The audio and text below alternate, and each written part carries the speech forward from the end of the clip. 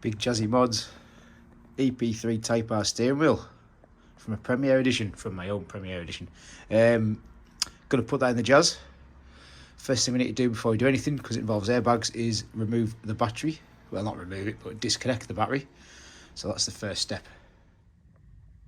So the next thing to do is to make sure that your wheel is straight and your wheels on the car is straight, because you can obviously have your wheel span around and it'll look straight, but your wheels are actually pointing that way or that way.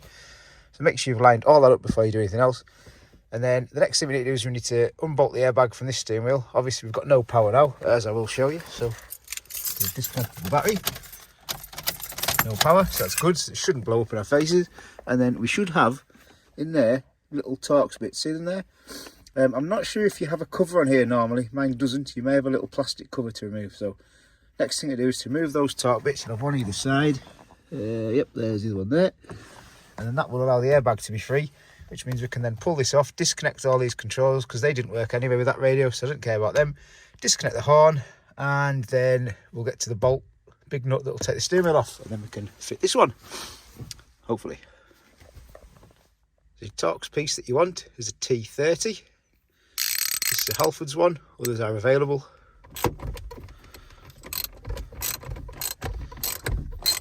See the airbag getting looser there, so that's just one side, and we'll go and get the other side out. Right, so with these two bolts out there, you can see them there. That's one on there, and the other one is kind of half hang out there. There it is there. So they need to come out, and that leaves you with the connections inside of here. So that's your airbag, which is a yellow plug down there, which we'll get to in a minute. And also you'll have your steering wheel control, which is your white one. And that one there should be the horn. Which should be a 1-pin wire down there underneath, which is that browny looking one there. Right, so we need to take that one off first, just because it's the easiest one to get to, and then we'll get the rest off. And then big nut in the middle, steering wheel off. That's it. Right, so that's that unplugged. That stays with this centerpiece here, so does the horn wire, but the steering wheel controls, you unplug it because it comes off with the steering wheel. That's everything there disconnected now. That's your nut off. It's a 14mm. I didn't have a 14mm impact, so I stupidly, which I wouldn't recommend, use a reducer and a 14mm Halford socket. Lifetime guarantee, so if the break, take them back and say I don't know what happened, I wasn't using impact gun, it just broke. And now that leaves us the steering wheel. So you need to put that nut back in loosely, because you need to pull your steering wheel towards you. The top thing is, if you don't have that nut on, you can pull the steering wheel right into your face, and we don't want to do that. So hopefully give it a bit of a ride and it'll come off, and then we can look at fitting this one, which is the EP3 one, which will also have a red badge and just looks that little bit smarter, really. That's all it does. There's nothing really wrong with this, just it's a bit foamy feeling and a bit sort of 143,000 miles, so let's change it. Whereas that's a nice leather one, a Momo one, Momo. Right, let's get this steering wheel off. Okay, so it literally took a second. Not literally, I hate people say the word literally, but it actually did literally take a second. I wobbled it that way, wobbled it that way, and it popped off. There you go, that's it. So, nut out again. And your steering wheel will just come out. So, remembering that you've got your horn wire there, so feed that through carefully, and feed your airbag ring through, wire through carefully, and there you go, just steering wheel out. Okay, so, we now need to take this to bit.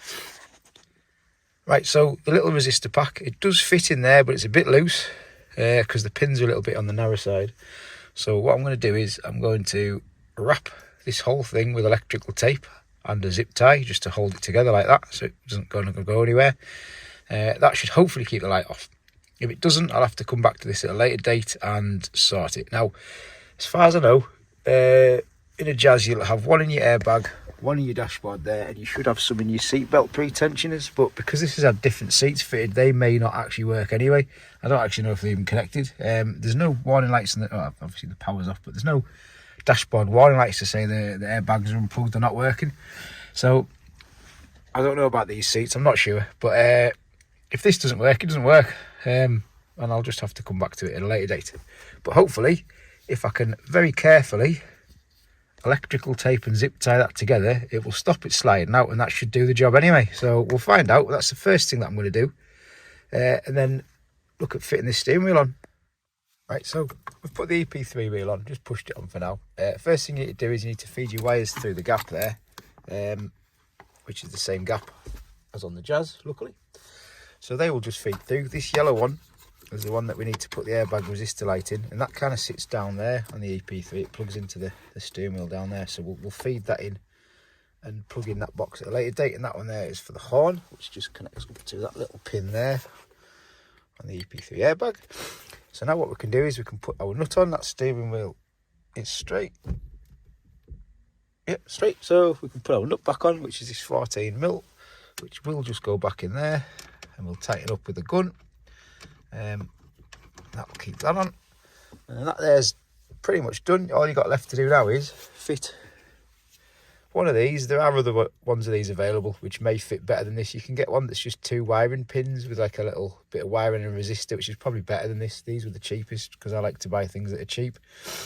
If you ever take one to bits, there's next to nothing inside. It's ridiculous. But anyway, so that's that. So we'll buzz this on with the gun, then we will connect that up, then we will connect the horn onto this, and then same as the Jazz, you've just got 2 T30 Torx bits in each side, which hold your airbag in. The bolt in through there,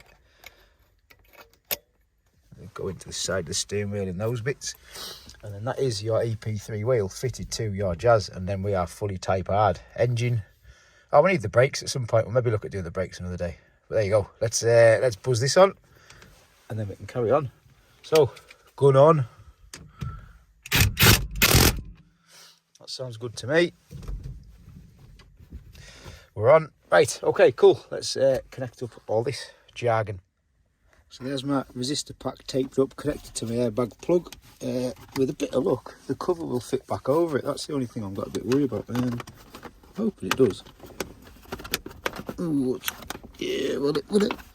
It might. I haven't got it lined up right. That might go back on actually. So I'll probably need 2 hands to sort this. Yeah, will that go back on? Might, you know. Could do. Right, I'll sort that with 2 hands, and then we'll connect the battery up, make sure that the light's out, hopefully. Obviously the airbag won't set off because it's not connected, so that's a good positive. Probably the only positive. Right, anyway, let's get this fitted properly if I can. Yup, fits on no bother. So there we go, Type R steering wheel on the Jazz. Let's use this camera because we zoomed out further, so it's cool. Right, it looks way better. It looks jazzy. And it's got a red badge, so that's good. Let's connect the battery back on, start the car, and see if the SRS light comes on. I bloody hope it doesn't. Really, I do. If it does, then, like I said before, it's something I'll have to come and revisit with a different resistor pack and knock it off. There we go. Right, so let's put the battery back on. Right, let's give it a go. Well, we're good. Spot on. No lights. Horn works. Winner. That'll do. Ah, that's terrible. This radio is rubbish. That's another thing I've got to change at some point. Anyway, let's tidy up, then take a cool photo. Type R wheel. It won't zoom in, but that's a Type R gear knob as well. And we have Type R engine.